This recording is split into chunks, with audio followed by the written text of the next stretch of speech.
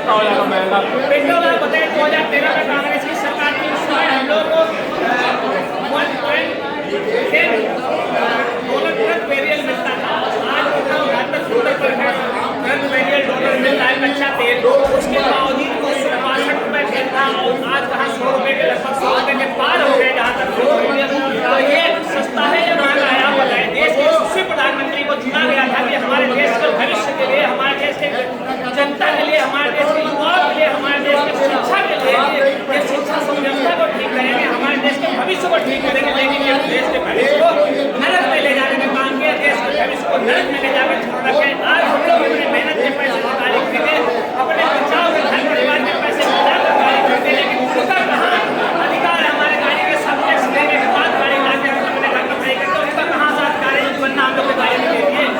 हम लोग इसलिए एथेनॉल के पैसे दे, हम लोग पेट्रोल के केवल पेट्रोल के पैसे दे रहे हैं, वो लोग नहीं दे रहे हैं। कई देशों की बात करते हैं, ब्रिटेन की बात करते हैं कि वहाँ भी इथेनॉल है। वो बात करते हैं देश विरोधी बात करते हैं, वो आदमी उनके अपने हित के लिए आवाज उठाते हैं, वो समझ लो देश विरोधी हो गया। ये काम आज भारतीय जनता पार्टी की सरकार करने का कर रही। हम अपने बच्चों की भीख मांग ले सकते हैं, हम अपने परिवार के लिए अगर खड़े हो जाए तो समझ लो देश विरोधी हो गए। आज देश की सरकार इस केवल काम कर रही है तो इसी पर काम कर रही है कि देश विरोधी किसी को भी आवाज उठाने न दिया जाए, उसको डराया जाए, उसको धमकाया जाए, ईडी सीबीआई की रेड करवाई जाए और लोगों को परेशान किया जाए कि अपने हक की आवाज न मांग सके। मोदी जी कह गाली मत दीजिए, सबसे बहुत गाली दे रहे हैं। गाली क्यों न दे? आदमी अपने अधिकार के लिए आपको चुना था, अपने भविष्य के लिए आपको चुना था, अपने देश के भविष्य के लिए आपको चुना था, लेकिन आपका देश का भविष्य बेड़ा गर्क करके आज हमारे बच्चों के देश का बच्चों के भविष्य का बेड़ा गर्क कर दिया। हमारे एक एक फैमिली, पूरी भारत देश की फैमिली का आप बेड़ा गर्क कर दिए। हम अपना अधिकार मांग रहे हैं, गाली क्यों न दे? आप गाली देने वाला काम क्यों कर रहे हैं? आप देश हित में काम करिए, जनता हित में काम करिए, युवाओं के हित में काम करिए, किसानों के हित में काम करिए। तो हम गाली नहीं आपको खुद नहीं बना के रखेंगे, सर जो बैठा के रखेंगे, लेकिन काम तो आप ही के अपने देश के भविष्य के साथ खिलवाड़ करके रखेंगे। सुरक्षित तो करते हैं, तो सुरक्षित तो करते हैं। कहाँ हिंदू सुरक्षित है? आप बताइए कहाँ हिंदू सुरक्षित है? हम सब एक देश में रहने वाले हिंदू मुस्लिम सिख ईसाई सब भाई भाई थे, लेकिन आज ये देश का बंटवारा करने वाला और कोई नहीं है। देश का बंटवारा करने वाले देश के यशस्वी प्रधानमंत्री हैं जो हिंदू मुस्लिम करके लड़ाई करवा के देश को अलग अलग भागों में विभाजित कर दिए हैं। युवाओं को, छात्रों को आज अपनी आवाज के लिए भीख मांगनी पड़ रही है। ये हिंदू के हित में कहाँ से आपको लग रहा है? आप बताइए मुझे। आपको नहीं लगता? अरे मुझे नहीं लगता, आपको अगर लगता है तो आप बताइए। इतनी पब्लिक यहाँ इसलिए आई है, अगर उसके हित में होता तो बालों को सगा रखा है यहाँ पे आके। ये सब आपके प्रधानमंत्री जी के लिए देश विरोधी लग रहे हैं, लेकिन ये सब देश की एक मजबूत स्तंभ है। विकास नहीं देख पा रहे हैं, विश्व गुरु बना रहे हैं। विकास कहाँ है? आप दिखाइए मुझे। जब से देश में 2014 से यशस्वी प्रधानमंत्री जी बैठे हुए हैं, कहीं आपको किसान विकास दिख रहा है? एक भी यूनिवर्सिटी खुली, एक भी कॉलेज खुले? पूरे देश की बात कर रहा हूँ। आज देश में लाखों कॉलेज, छोटे छोटे स्कूल, प्राइमरी स्कूल तक बंद कर दिए गए। ये विकास है देश का। अगर देश बढ़ेगा, शिक्षित बढ़ेगा, जब भी देश का विकास होगा। अनपढ़ लेके अनपढ़ हो गए देश में।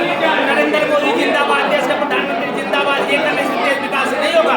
देश का एक अनपढ़ राजा जो बैठा रखा है, जो देश को अशिक्षित कर रहा है, देखो पढ़ा लिखा का राजा होगा, पढ़ा लिखा प्राइम मिनिस्टर होगा, देश को चलाने वाला होगा, वो सोचेगा युवाओं के बारे में, वो सोचेगा हम लोग का परिवार के बारे में, वो सोचेगा हम लोग के अधिकार के बारे में।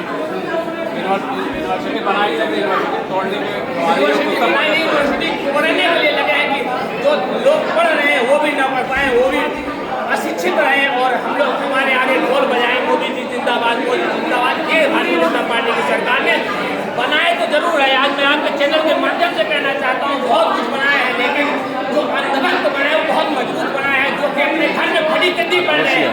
बिना नमक की सब्जी खाने की औकात नहीं, नमक खरीदने की बिना नमक की सब्जी खा रहे, लेकिन मोदी जिंदाबाद रहे। एक दिन तुम्हारे ऊपर भी पड़े। तो आज देश के हर युवाओं से, पूरे देशवासियों से कहना चाहता हूँ कि भारतीय जनता पार्टी जिंदाबाद करो। एक दिन खून के आंसू तुम भी रोगे, जब तुम्हारे बच्चों के ऊपर पड़ेगा उस दिन याद आएगा तुम्हें कि आज मैं रो रहा हूँ। लेकिन साथियों मैं बताना चाहता हूँ बहुत देर हो जाएगी। जब तक आप रोने के लायक बच्चों के ऊपर पड़ेगा, आपके बच्चे के ऊपर पड़ेगा, उस दिन आपको अपनी असली औकात समझ में आ जाएगी कि भारतीय जनता पार्टी में रहने के बाद मुझे क्या सिला मेरा था। राम भक्त कौन नहीं है? दिल में होनी चाहिए राम की भक्ति। ये देखिए यहाँ बैठ रखा हूँ, सच्चे दिल से मानता हूँ और हमारे दिल में ये नहीं मैं ढोंग करूँ यहाँ बैठ के दिखाऊँ कि मैं बहुत बड़ा भक्त हूँ।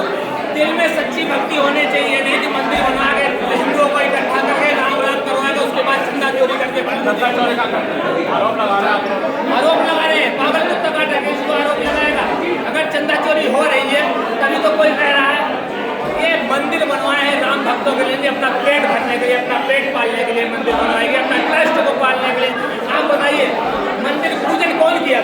मंदिर पूजन देश के यशस्वी प्रधानमंत्री किए, मंदिर का उद्घाटन देश के यशस्वी प्रधानमंत्री किए, मंदिर के ट्रस्ट के मालिकों को देश के प्रधानमंत्री जी ने चुने हैं। तो चंदा चोरी होता है उसकी जवाबदेही कौन देगा? अगर छात्र प्रदर्शन कर रहे थे अब उन पर कार्रवाई होगी। आज बताइए छात्र अपने अधिकार के लिए बैठे हैं, अपने पेपर लीक के लिए बैठे हैं, उनके ऊपर लाठीचार्ज हो रही है। ये यशस्वी प्रधानमंत्री